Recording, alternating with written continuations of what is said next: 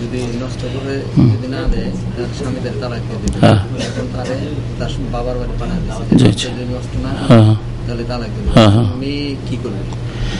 ভাই জিজ্ঞাসা করছেন যে বাংলাদেশ থেকে টেলিফোন এসছে যে এক মহিলা গর্ভবতী, তার পেটে বাচ্চা আছে, স্বামী বলছে যে না বাচ্চা নষ্ট করো, বাচ্চা নেব না, স্ত্রী বলছেন আমি নষ্ট করব না, এখন তাকে বাবার বাড়ি পাঠিয়ে দিচ্ছে। এই অবস্থায় বলছে যে তুমি যদি বাচ্চা নষ্ট না করো তাহলে তোমাকে তালাক দিয়ে দিব। শরীয়তের মসলা হচ্ছে যে আল্লাহ আনুগত্য করতে হবে আগে, তারপরে মানুষের আনুগত্য, স্বামীর আনুগত্য, হ্যাঁ, অন্য কারো আনুগত্য করতে হবে।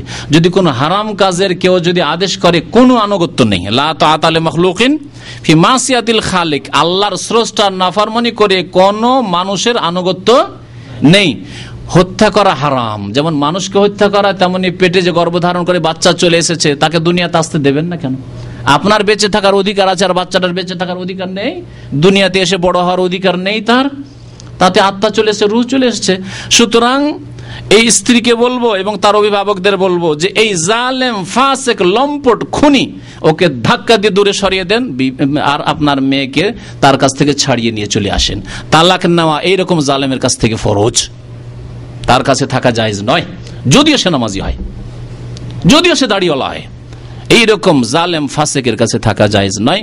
এবং আল্লাহর কাছে দোয়া করে আল্লাহ পাক এরকম জালেমদেরকে হিদায়াত করেন, আর না হলে তাদের দুনিয়াতে আল্লাহ পাক উচিত শাস্তি দান করেন। ওয়া সাল্লাল্লাহু আলা নবিয়িনা মুহাম্মদ ওয়া আলা আলিহি ওয়া সাহবিহি আজমাইন। হ্যাঁ, তারই নিশ্চয় দেখেছেন, তারপর বাচ্চা ফেলা যাবে না, তালাক দিয়ে দিক। তালাক তেমন বড় ব্যাপার নাই।